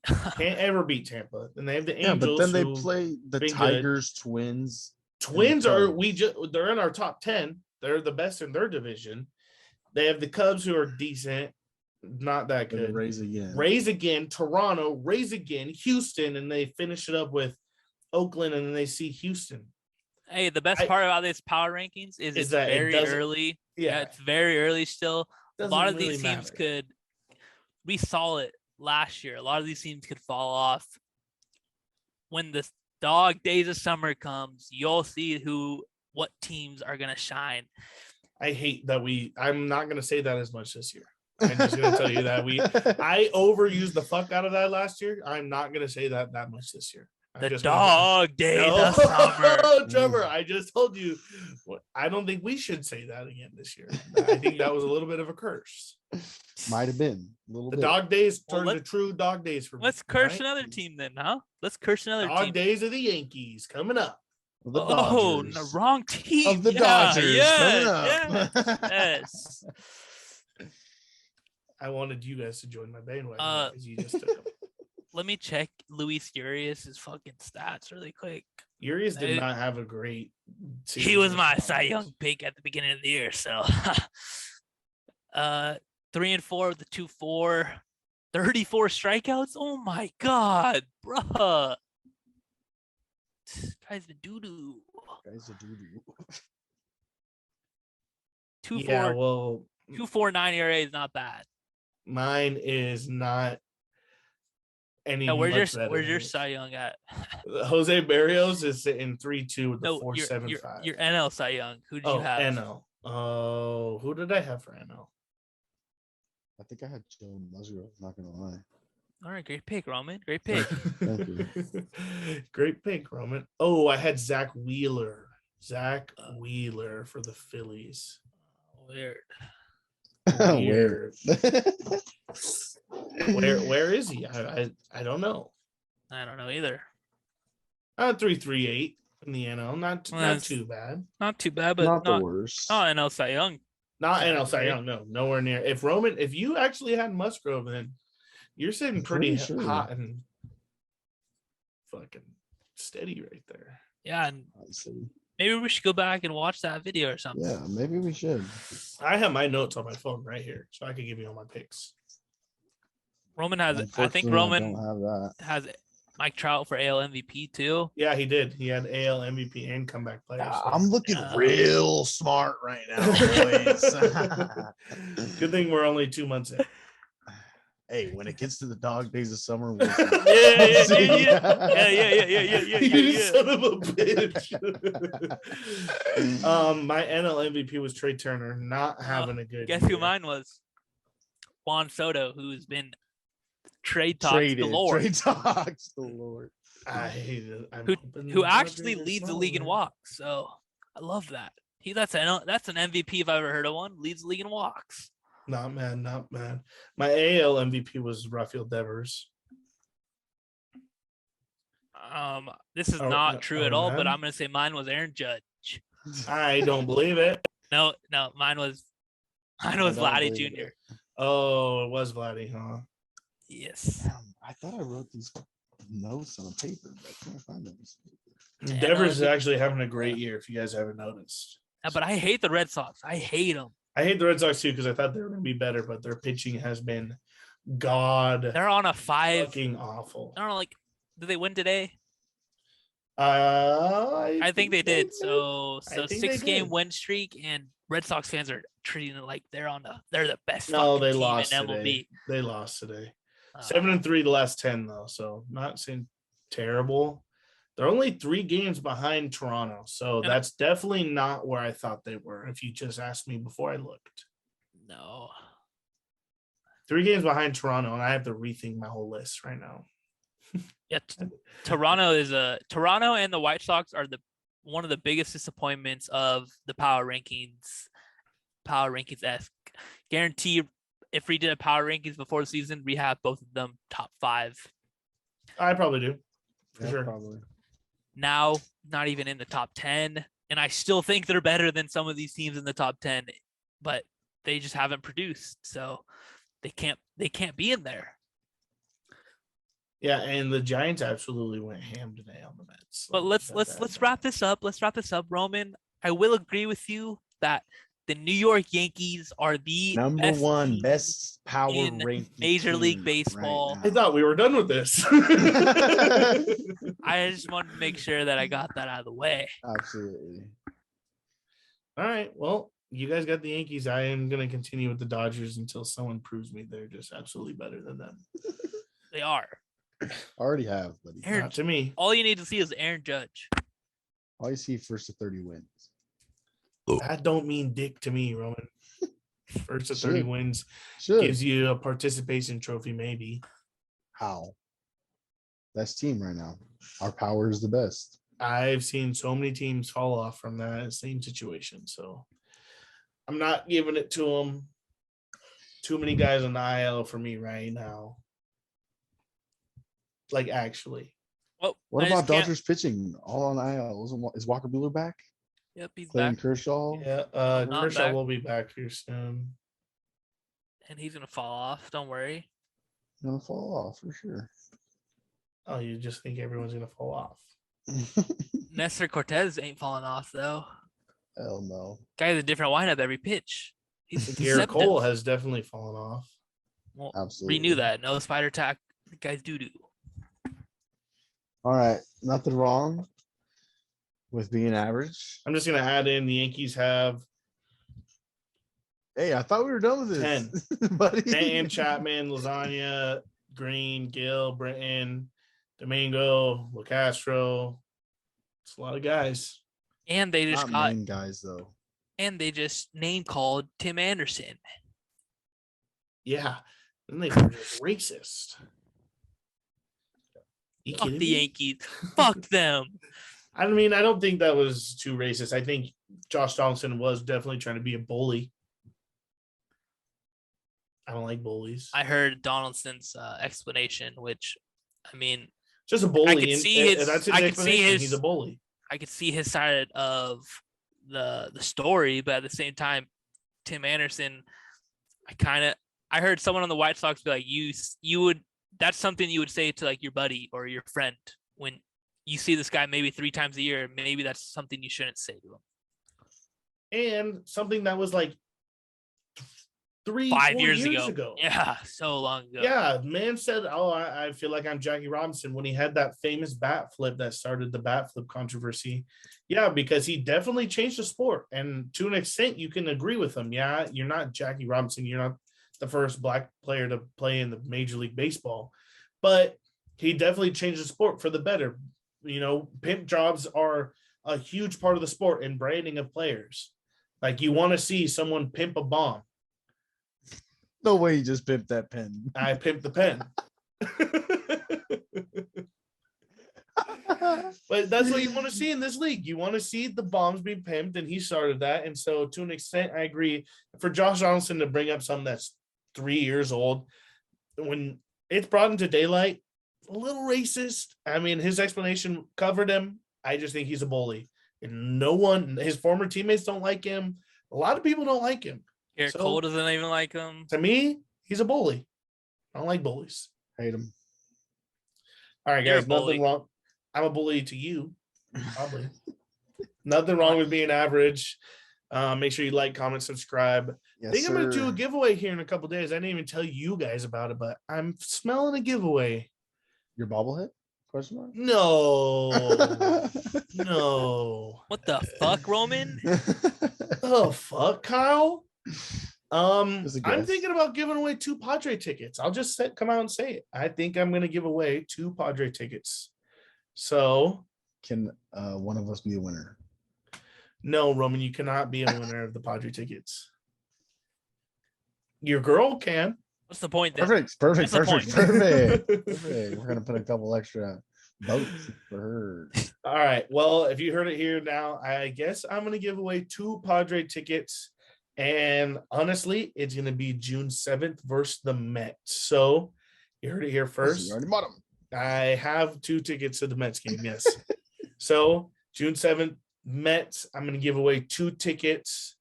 And if you were watching, it's probably going to be underneath in the details to figure out how to win those 2 tickets. Sounds So fire. there's Like, nothing comment, wrong subscribe.